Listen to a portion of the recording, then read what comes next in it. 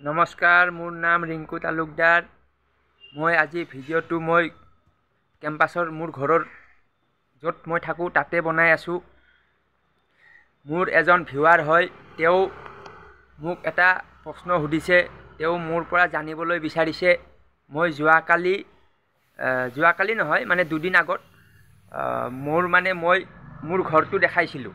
মই ভাড়া ঘৰত থাকোঁ সেইটো কৈছিলোঁ, তেনেকৈ এটা ভিডিঅ' বনাইছিলোঁ। তো সেই ভিডিঅ'টো এজন ভিউৱাৰে চাই তেওঁ মোক সুধিলে যে ৰিংকু, তোমালোক ভাড়া ঘৰত কিয় থাকা? তো এই প্ৰশ্নটো মোক সুধিবই স্বাভাৱিক কথা।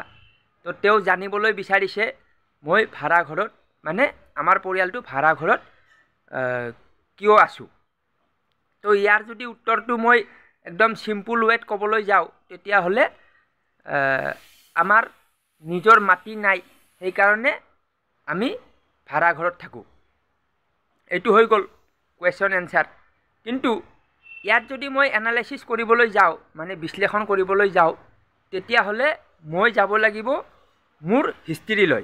যেনেকৈ মই আপোনাৰ হিষ্টৰীৰ বিষয়ে ভিডিঅ' বনাইছিলোঁ, আমাৰ দেশৰ হিষ্টৰী, অসমৰ হিষ্টৰী, গুৱাহাটীৰ হিষ্টৰী, মানে ইতিহাস। তো এতিয়া মই নিজৰ পাৰ্চনেল হিষ্ট্ৰী ক'ব লাগিব, মানে মোৰ পাৰ্চনেল ইতিহাস, মানে মোৰ মা দেউতাৰ কাহিনী, এইবোৰ ক'ব লাগিব। এইবোৰ ক'লেহে একদম প্ৰপাৰ বিশ্লেষণটো হ'ব, সঠিক বিশ্লেষণটো হ'ব। তো এতিয়া সেইবোৰ ক'বলৈ গ'লে মই যাব লাগিব আজিৰ পৰা মোটামুটি 35 বা 36, 37 এনেকুৱা আৰু 36, 37 ইয়াৰ্ছ আগলৈ, মানে ঘূৰি যাব লাগিব অতীতলৈ। তো সেই সময়ত মোৰ মা দেউতা আছিলে নলবাৰীত। প্ৰথম দেউতাৰ ঘৰৰ বিষয়ে ক'ব লাগিব, দেউতাৰ পৰিয়ালটোৰ বিষয়ে ক'ব লাগিব। তো দেউতাৰ যিটো পৰিয়াল, সেই পৰিয়ালটোত আপোনাৰ দেউতা চবতকৈ ডাঙৰ হয়, মানে আটাইতকৈ ডাঙৰ।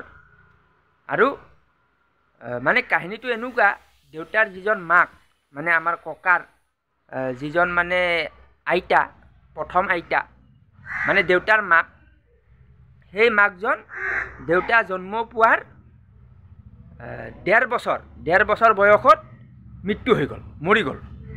তো যিহেতু মৰি গ'ল, তেতিয়া ককাই মোৰ গ্ৰেণ্ডফাদাৰ, তেওঁ আকৌ বিয়া পাতিলে। আকৌ বিয়া পাতোঁতে নেক্সট যিটো আইতা, তেওঁৰ ল'ৰা ছোৱালী হ'ল, ল'ৰা হৈ গ'ল আপোনাৰ 9জন, আৰু ছোৱালী হৈ গ'ল 4জনী। তো এনেকৈ আপোনাৰ 9 আৰু 4 কিমান হ'ল? 13। দেউতাৰ লগত 14। তো 14জন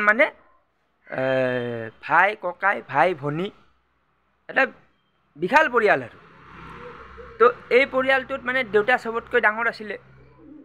কিন্তু দেউতাৰ কি হ'ল, পঢ়া শুনাটো নহ'ল, মাকটো মৰি গ'ল। পিছত স্কুলত গৈছিলে, কিন্তু নহ'ল আৰু কিবা কাৰণত নহ'ল, বিভিন্ন কাৰণত নহ'ল, যি হওক।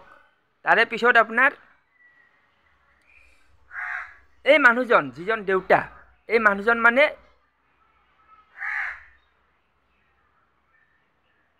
গাঁৱৰ খেতি বাতি কৰা মানুহ আছিলে। তো এই মানুহজন গুৱাহাটীত আহিব লগা মানুহ নাছিলে। তেনেহ'লে গুৱাহাটীত আহিল কিয়? কেনেকৈ আহিল? কি পৰিস্থিতিৰে আহিল? এইবোৰো বিশ্লেষণৰ মাজলৈ আনিব লাগিব। তো যিহেতু এই প্ৰশ্নটোৰ লগত বিভিন্ন কথা জড়িত হৈ গ'ল, তো এতিয়া মই এইবোৰ কথাৰ ওপৰত ভিডিঅ' বনাব লাগিব। কাৰণ কিয়, মই যদি সম্পূৰ্ণ বিশ্লেষণ এটা দি দিওঁ, তেতিয়াহ'লে মোক আৰু এনেকুৱা প্ৰশ্নবোৰ মানুহে তেতিয়া নকৰিব। কাৰণ কিয়, জানিলে আৰু নকৰে, নাজানে কাৰণে কৰিছে। তো সেইকাৰণে প্ৰতিটো